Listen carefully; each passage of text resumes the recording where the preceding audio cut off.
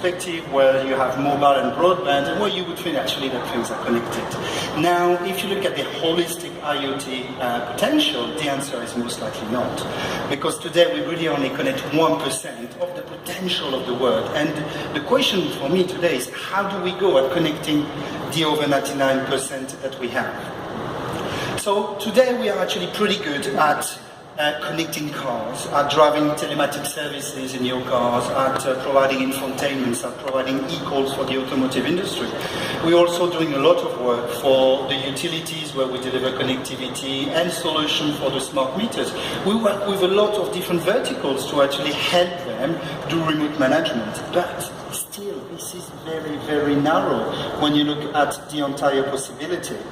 Think about the Internet of Nano Things. Think about the role of bio nano things. Think about what the Internet of Things really is. Think about narrowband IoT and how you transform Internet of Things into Internet of Everything. The potential is huge, and what we've done really today is just scratch the surface.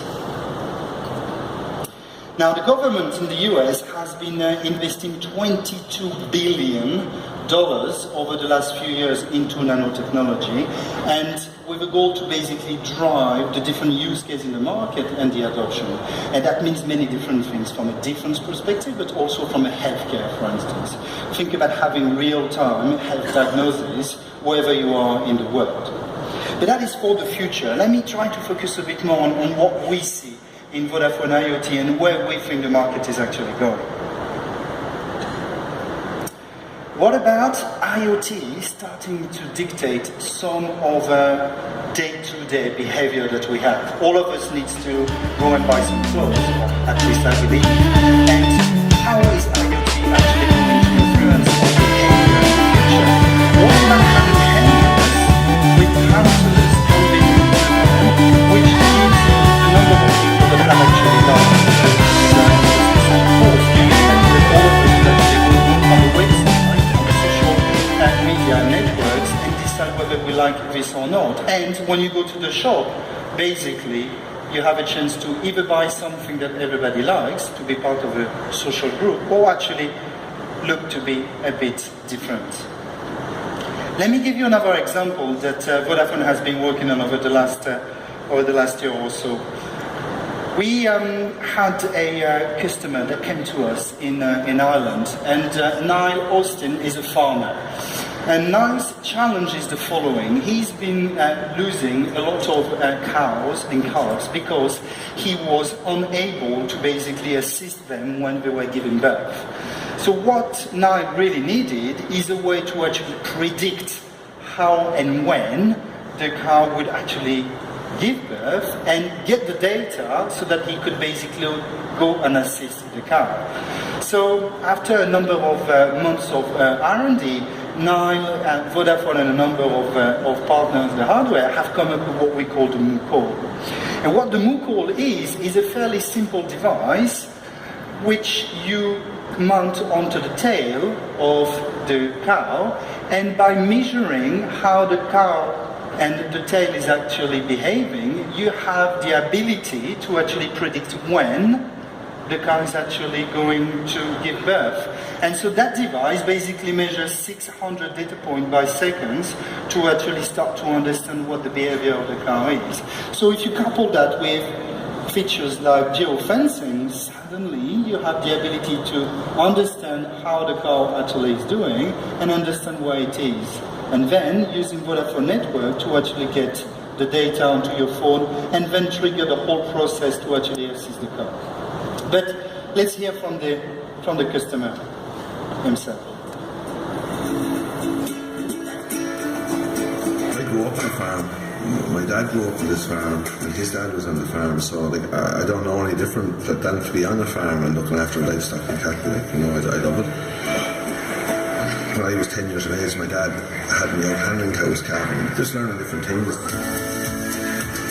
These guys are very attached to their animals, they care for them, and obviously the loss of a calf, or even in some cases the cow, can be significant emotionally as well as financially to the farmer.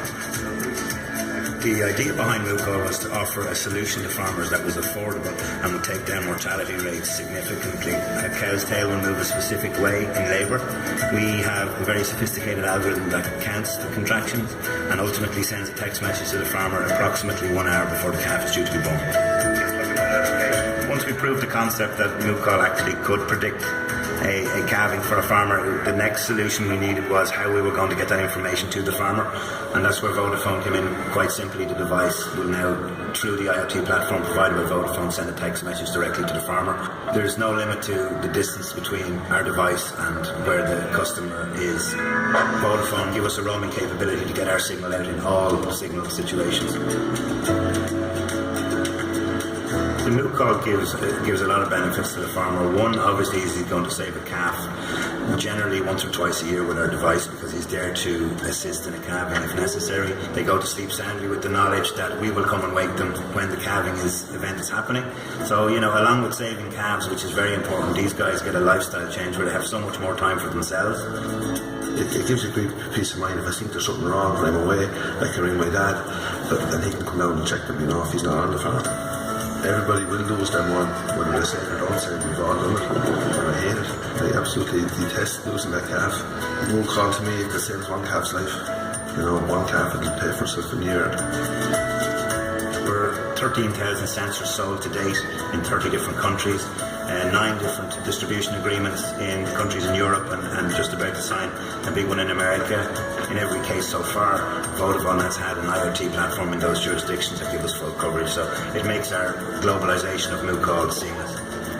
And I'm very happy with what we've achieved, because we've obviously put a solution to the market which has given everyone a real peace of mind on the farm.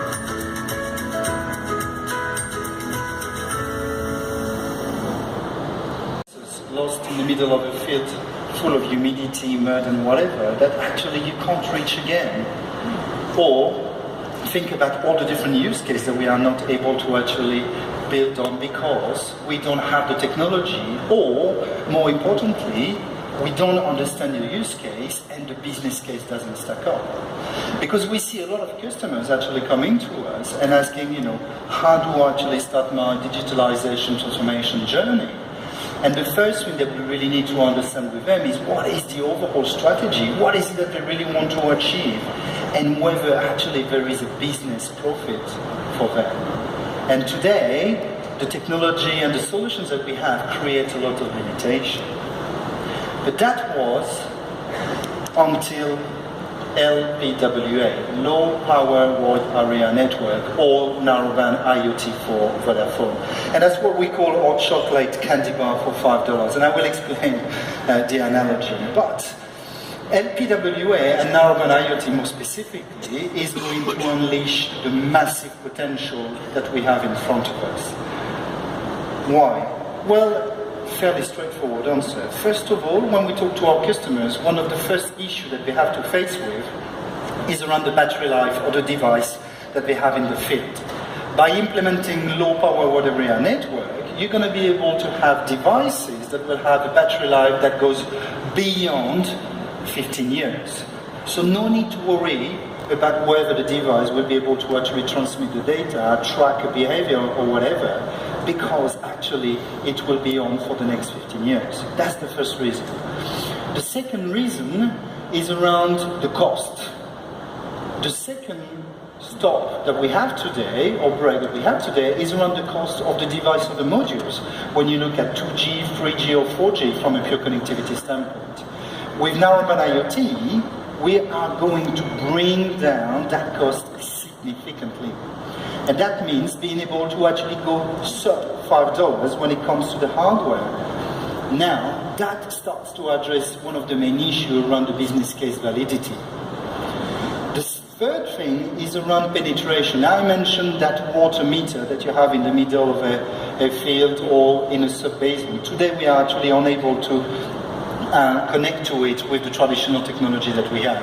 And having a copper pair or whatever going to it for each of them actually doesn't make sense economically.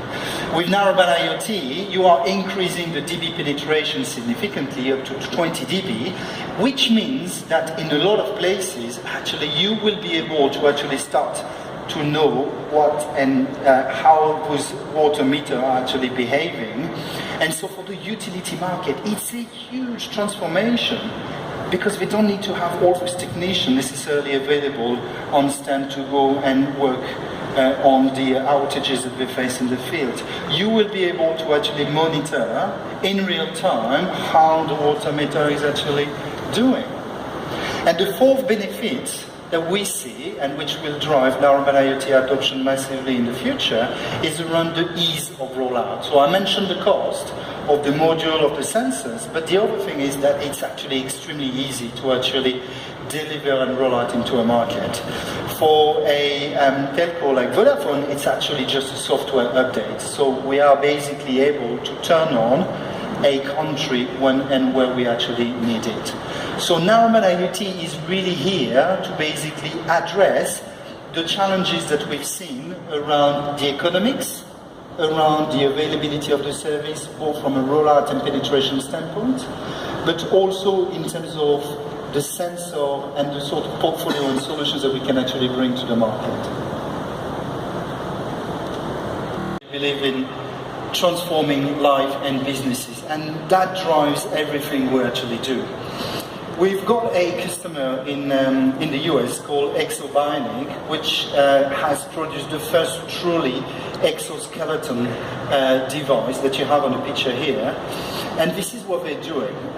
Basically, you have an increasing number of people suffering from stroke or from spinal cord issues, which means that they are basically paralyzed or unable to actually move the way they were able to before.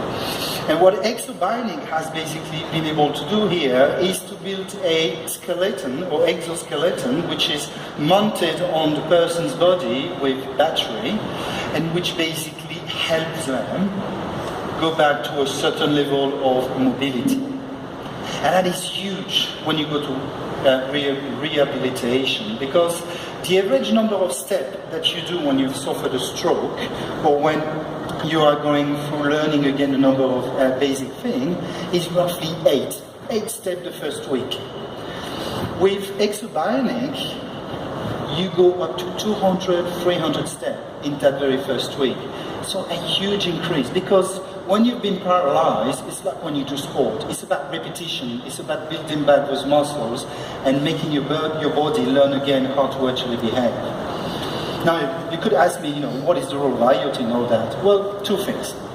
The first thing is around understanding the data around the behavior of the person that is actually moving. So as the person is actually using the device, all the data are actually transmitted in real time to a back office, and that provides an interface for the physicians that understand how is the patient actually using the device, and where we can see progress, where there is stability, and how really the progress is actually coming.